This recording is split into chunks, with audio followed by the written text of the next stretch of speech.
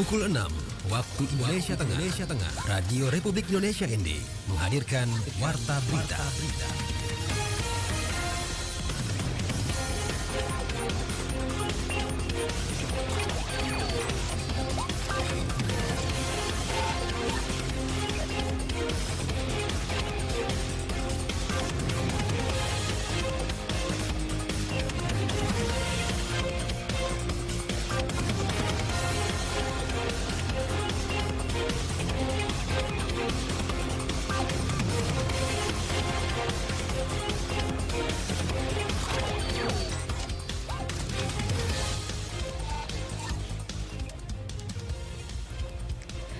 Selamat pagi saudara, Anda mendengarkan Warta Berita Daerah RRI ND Pro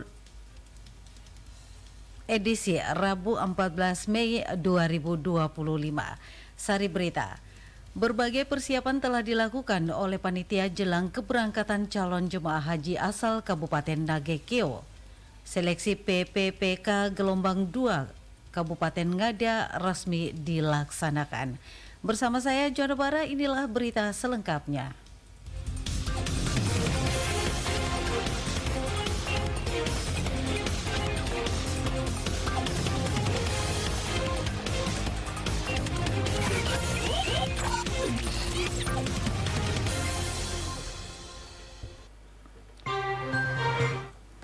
Kita awali berita pertama.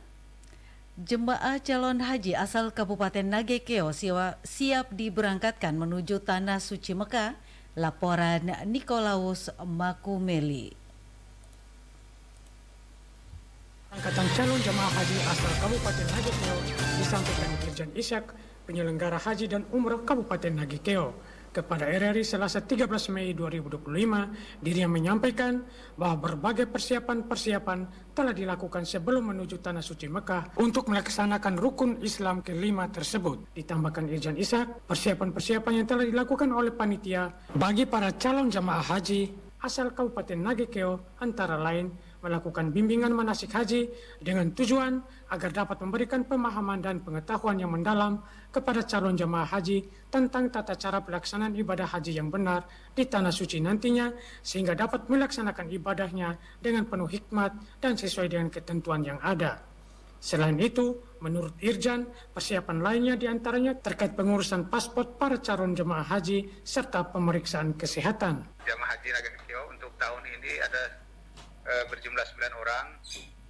Untuk persiapan keberangkatan kita sudah, yang pertama sudah melakukan manasik haji kurang lebih 8 kali, baik di tingkat kecamatan maupun tingkat kabupaten, dan dari 8 kali kegiatan ini diikuti semua oleh jamaah haji Nagekeo yang berjumlah 9 orang. Terus yang berikut, selain kegiatan manasik, ada juga kegiatan lain berupa pemeriksaan kesehatan. Itu kita bekerjasama dengan Dinas Kesehatan Kabupaten Nagekeo, juga dengan Puskesmas Kota yang berada di Bai. Selain pemeriksaan kesehatan, juga ada persyaratan lain yang dipenuhi oleh jamaah haji, yaitu berupa persiapan pembuatan paspor sudah dipenuhi semua. Terus kaitan dengan waktu keberangkatan, insya Allah untuk jamaah haji Kabupaten Nagekeo rencana pemberangkatannya tanggal 21 bulan Mei. Sebelum acara pemberangkatan mungkin kita diawali dengan acara pelepasan bersama Pak Bupati Kabupaten Nagekeo, yaitu pelaksanaannya di tanggal 19 Mei. Ditambahkan Irjen Ishak, persiapan yang telah dilakukan oleh panitia bagi para calon jamaah haji asal Kabupaten Nagekeo antara lain melakukan bimbingan manasik haji dengan tujuan agar dapat memberikan pemahaman dan pengetahuan yang mendalam kepada calon jamaah haji tentang tata cara pelaksanaan ibadah haji yang benar di Tanah Suci nantinya, sehingga dapat melaksanakan ibadahnya dengan penuh hikmat dan sesuai dengan ketentuan yang ada. Terus Nagekeo ini masuk dalam Kloter 74 yang rencana pemberangkatan dari Surabaya menuju ke Mekah itu terbangnya tanggal 23 bulan Mei. Adapun calon jamaah haji asal Kabupaten Nagekeo berjumlah 9 jamaah dengan perincian laki-laki sebanyak 6 jamaah dan perempuan sebanyak 3 jamaah masuk dalam kloter ke-74 yang sesuai jadwal akan diberangkatkan menuju Tanah Suci Mekah melalui Surabaya pada 23 Mei 2025 mendatang. RRI Ende Nikolaus Makumeli melaporkan. Berita selanjutnya, seleksi kompetensi pegawai pemerintah dengan perjanjian kerja atau PPPK gelombang 2 formasi 2024 untuk tenaga honorer di Kabupaten Ngada, Nusa Tenggara Timur resmi dilaksanakan.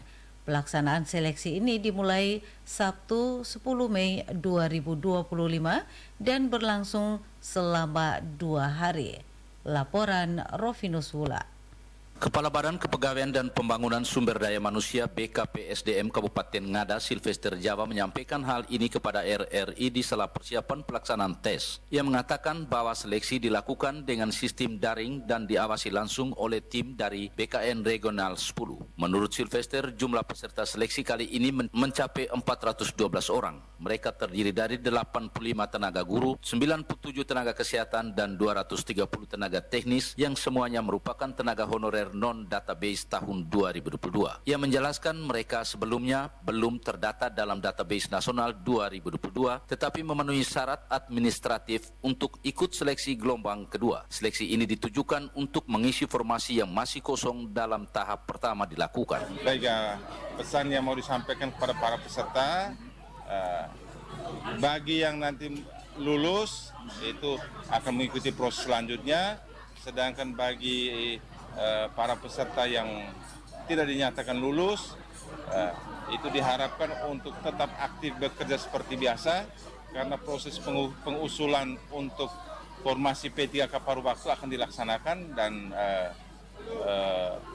diharapkan mereka tetap aktif bekerja di instansi masing-masing. Silvester menambahkan formasi P3K untuk Kabupaten Ngada tahun ini mencakup 205 formasi tenaga guru, 300 tenaga kesehatan, dan 600 tenaga teknis. Dari seleksi gelombang pertama sebanyak 780 orang telah dinyatakan lolos dan diterima. Silvester menyebut bahwa transparansi menjadi prioritas dalam pelaksanaan seleksi P3K kali ini. Nilai peserta langsung terlihat secara real time dan semua proses diawasi oleh sistem dari pusat. Pelaksanaan seleksi digital ini menurutnya merupakan langkah maju dalam rekrutmen aparatur sipil negara yang lebih profesional dan akuntabel. Ia menilai proses ini penting untuk menciptakan birokrasi yang lebih kompeten dan bertanggung jawab. RRI Endorfinus Fula melaporkan. Berita selanjutnya, calon jemaah haji CJH Kabupaten ND dipastikan masuk dalam kelompok terbang kloter 75 embarkasi Surabaya untuk pelaksanaan ibadah haji tahun 2025. Laporan Suimam. Informasi tersebut disampaikan oleh penyelenggara haji dan umroh PHU Kantor Kementerian Agama Kabupaten ND Muhammad Salam Daud SH kepada RRI Selasa 13 Mei 2025 di ND. Menurutnya, pemerintah pusat telah menetapkan 2 kloter untuk jemaah asal Provinsi Nusa Tenggara Timur NTT, yakni kloter 74 dan kloter 75. Untuk calon jemaah haji Kabupaten ND masuk dalam kloter 75 SUB 75.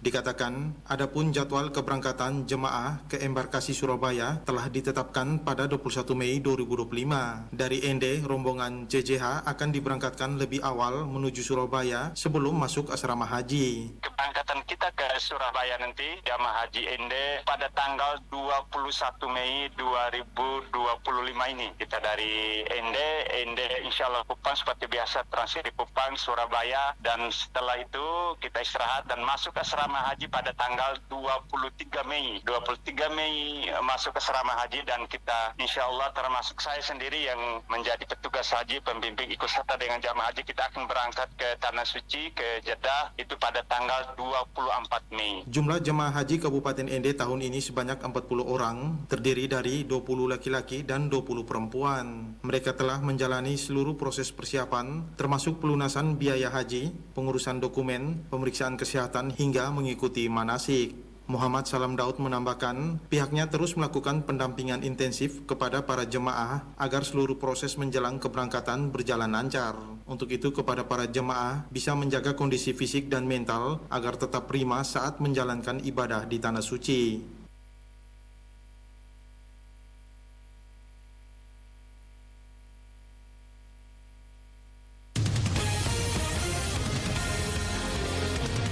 Anda sedang mendengarkan Warta Berita RRI ND.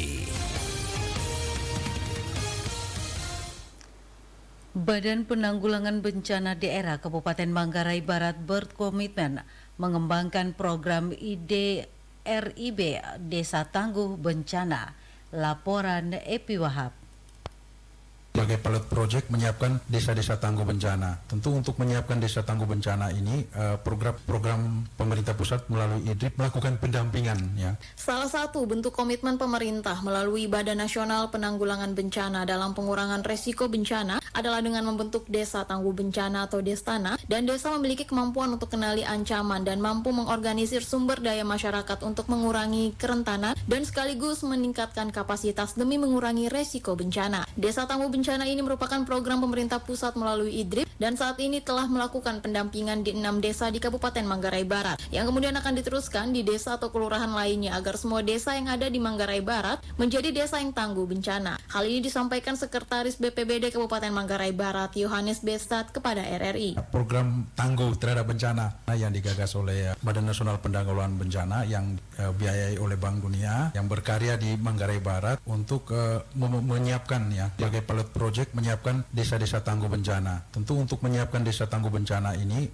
program pemerintah pusat melalui IDRIB melakukan pendampingan di 6 desa di Kabupaten Manggarai Barat sebagai pilot project. Harapan ke depan bahwa ketika berakhir program ini maka pemerintah dan masyarakat bisa melanjutkan untuk 169 desa dan kelurahan, sehingga harapannya bahwa semua desa yang ada di Kabupaten Manggarai Barat ada menjadi desa yang tangguh bencana. IDRIB sendiri merupakan sebuah program berupa kegiatan dengan pendanaan berasal dari Bank Dunia untuk membiayai proyek investasi strategis dimaksudkan untuk meningkatkan tata kelola resiko bencana di Indonesia. Program ini mendapat apresiasi luar biasa dari pemerintah Kabupaten Manggarai Barat hingga desa, begitupun masyarakat. Program ini pula menempatkan masyarakat bukan lagi sebagai objek melainkan subjek dan dari tanggap darurat menjadi pengurangan resiko bencana. Program ini menganut asas partisipasi masyarakat desa mulai dari mengetahui potensi bencana di wilayahnya, membentuk perorganisasian, advokasi terkait penanggulangan pengurangan bencana, anggaran hingga adanya aksi simulasi. Jadi program ini memang harus menganut asas partisipatif masyarakat. Jadi bagaimana di suatu desa, masyarakat di desa itu mulai dikaji ya, bagaimana potensi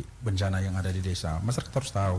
Setelah dikaji itu harus ada pengorganisasian masyarakat supaya bagaimana mereka sama-sama untuk penanggulangan bencana. Nanti setelah itu baru ada advokasi melalui pemerintah yang ada di desa, bagaimana kebijakan terkait dengan penyelenggaraan penanggulangan bencana, kebijakannya dan anggaran. Terakhir baru dilakukan nanti kira-kira kalau terjadi bencana seperti tsunami atau gempa bumi, bagaimana mereka melakukan aksi lapangan atau simulasi. Dari program IDRIB Desa Tangguh Bencana saat ini yang berlangsung di 6 desa ditargetkan akan menyasar seluruh desa yang ada di Kabupaten Manggarai Barat, yakni sebanyak 169 desa kelurahan, dan peran yang dibutuhkan tentu bukan hanya dari pemerintah tetapi juga seluruh stakeholder dan tentu peran masyarakat terutama desa itu sendiri agar keberlangsungan program ini berjalan dengan baik. Dari Labuan Bajo, Epi Wahab melaporkan.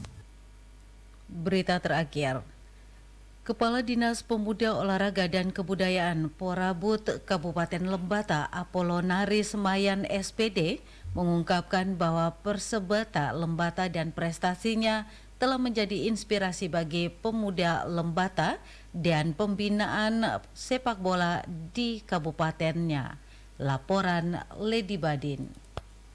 Gubernur Nusa Tenggara Timur Emmanuel Melkiades Lakalena memberikan dukungan langsung kepada Persebata Lembata dalam lanjutan Liga 4 Nasional pada Senin 12 Mei lalu saat Persebata melawan Persewangi Banyuwangi di Stadion Sultan Agung Bantul. Gubernur Melki Lakalena hadir bersama Wakil Ketua Komisi 4 DPR RI Ahmad Yohan dan Ketua PSSI NTT Chris Boyk. Gubernur Melki Lakalena menyemangati satu-satunya wakil NTT di ajang Liga 4 Nasional tersebut. Yang pasti begini, sepak bola ini adalah olahraga rakyat di NTT.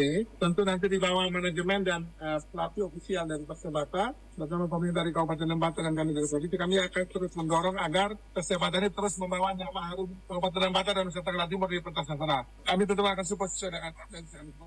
Dalam pertandingan tersebut, Persebata sukses menaklukkan Persewangi dengan skor 2-0. Tambahan 3 poin ini membuat tim asal Lembata mengoleksi 4 poin sejajar dengan Persika Karanganyar dan membuka peluang ke babak 8 besar. Melki Lakalena dalam kesempatan tersebut mengungkapkan dukungannya untuk Persebata Lembata dan berharap Persebata Lembata bisa lolos menuju ke 8 besar dan juga 4 besar sehingga dapat mengharumkan nama NTT di ajang kompetisi sepak bola nasional tersebut. Kemenangan Persebata hari ini adalah kemenangan juga masyarakat Lembata dan masyarakat NTT, karena dengan Persebata sudah menang hari ini dan berpotensi besar nanti untuk lolos ke 8 besar. Tentu ini adalah pengobat untuk masyarakat NTT, ada yang mewakili di 8 besar dan semoga terus maju sampai 4 besar.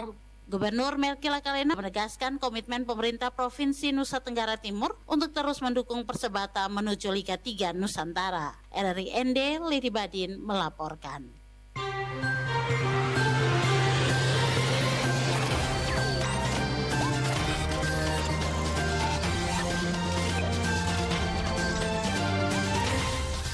Terima kasih Anda telah mengikuti Warta Berita RRI ND.